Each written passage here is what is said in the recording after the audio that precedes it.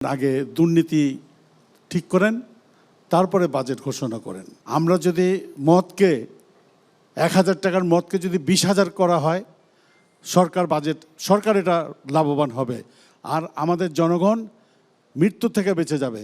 আজকের এই কেমন বাজেট চাই অনুষ্ঠানের সবাইকে ধন্যবাদ জানিয়ে আমার দু একটু কথা আমি বলবো।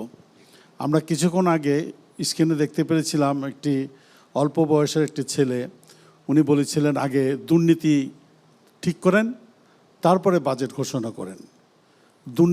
দুর্নীতিটা আমাদেরকে কন্ট্রোল করতে হবে, এদিকে সরকারকে খেয়াল করতে হবে, খেয়াল দিতে হবে। আমি বাজেটের আমাদের সরকারের আয়ের ব্যাপারে আমি একটা কথা বলতে চাই।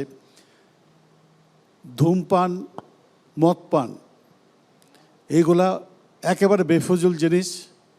আমরা যদি মদকে ১,০০০ টাকার মদকে যদি ২০,০০০ করা হয়, সরকার এটা লাভবান হবে, আর আমাদের জনগণ মৃত্যু থেকে বেঁচে যাবে।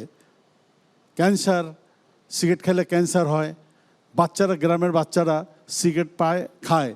এইটা এমন লোভ্য জিনিস যে মানে কিছুতেই অল্পতেই তারা কিনতে পারে, খেতে পারে। এইটা এমনভাবে করা হোক যাতে নাগালের বাইরে চলে যায়। সিগারেট যাতে ব্যান করে দেওয়া হয়, ব্যান তো যদিও না হয় তাহলে এমনভাবে বৃদ্ধি করেন যাতে এটা কিনতে গরিবদের একটু কষ্ট হয়, তো গরিবরাও বাঁচুক। ধন্যবাদ। তামাকের উপর কর বৃদ্ধির প্রস্তাব আপনার। জি, না, আরেকটা অ্যালকোহলের ব্যাপারে।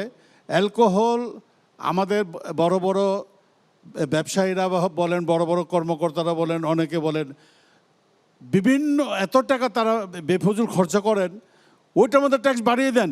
ওকে, 200 গুণ 300 গুণ বাড়িয়ে দেন। এটা আমাদের দেশের অর্থনীতির একটা হবে।